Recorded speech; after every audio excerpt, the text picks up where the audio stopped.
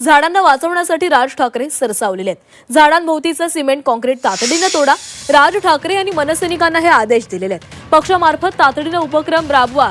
मुंबई, ठाणे, पुणे, नाशिक, नागपूरच्या मनसैनिकांना त्यांनी हे आदेश दिलेले आहेत।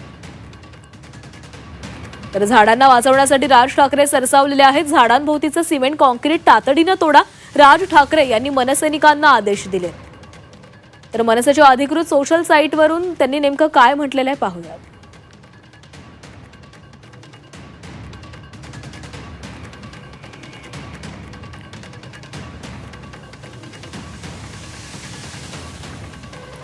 झाडांच्या भोवती केलेल्या सिमेंट कॉन्क्रिटीकरणामुळे झाडांची मुळं, माती व हवा न मिळाल्यामुळे या पावसाळ्यामध्ये उन्मळून पडतात। यामुळे मोठी जीवित व वित्तहानी होतीये। झाडांच्या मुळांना पाणी व मोकळा श्वास मिळणं आवश्यक आहे। त्यामुळे मुंबई, ठाणे, पुणे, नाशिक, नागपूरसह सर्व शहरांमधील फुटपाथांवरील झाडांभोवतीचं सिमेंट कॉन्क्रीट त्वरित तोडावं, तसंच त्याभोवती मातीचे आळे करावेत, असं आवाहन राज ठाकरेंनी केलेलं आहे।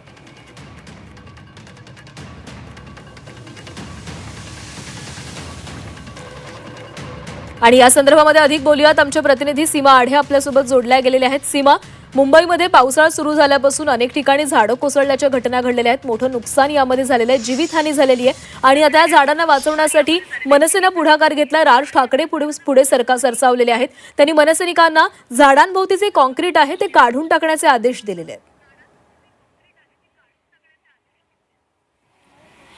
नक्कीच आपण जर पाहिलं तर पावसाळा सुरू झाल्यापासून आपल्याला माहिती आहे की मुसळधार पावसामध्ये मुंबईत आत्तापर्यंत अनेक झाडं जी आहेत ती पडलेली आहेत। दरवर्षी झाडं पडल्याची जी संख्या आहे, जी वर्षभराची संख्या असते त्यापेक्षा म्हणजे त्या संख्येच्या 50% झाडं ही या 6 दिवसातच पडलेली आहे। आतापर्यंत 400पेक्षा जास्त झाडं उन्मळून पडली आहे, तर 1200पेक्षा जास्त झाडांच्या फांद्या तुटलेल्या आहेत। त्यामुळे मुंबईकरांची चिंताही वाढलेली आहे आणि हे सगळं लक्षात घेता राज ठाकरेंनी आपल्या मनसैनिकांना आदेश दिलेले आहेत। ज्या ज्या ठिकाणी कॉन्क्रीटचं काम झालेलं आहे त्या ठिकाणी जाऊन त्या झाडाच्या भोवती झालेल्या कॉन्क्रीटचं काम तुम्ही त्वरित ते काढून टाका, जेणेकरून झाडांच्या मुळांना माती व हवा मिळेल आणि झाडं भविष्यात पडणार नाही आणि यामुळे नागरिकांचे निष्पाप नागरिकांचे प्राण जे आहेत ते वाचतील।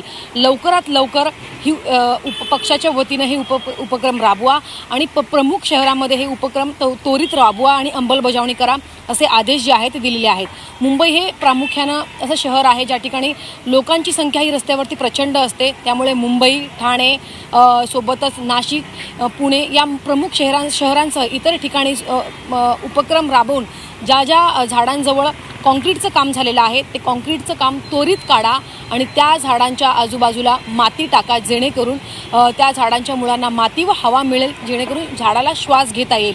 आता ज्या पद्धतीनं राज ठाकरेंनी ही भूमिका घेतलेली आहे आणि मनसैनिकांना आदेश दिलेत कशा पद्धतीनं हे उपक्रम राबवलं जातं आणि याचा कशा पद्धतीने फायदा भविष्यात होतो हे पाहणं महत्त्वाचं असेल।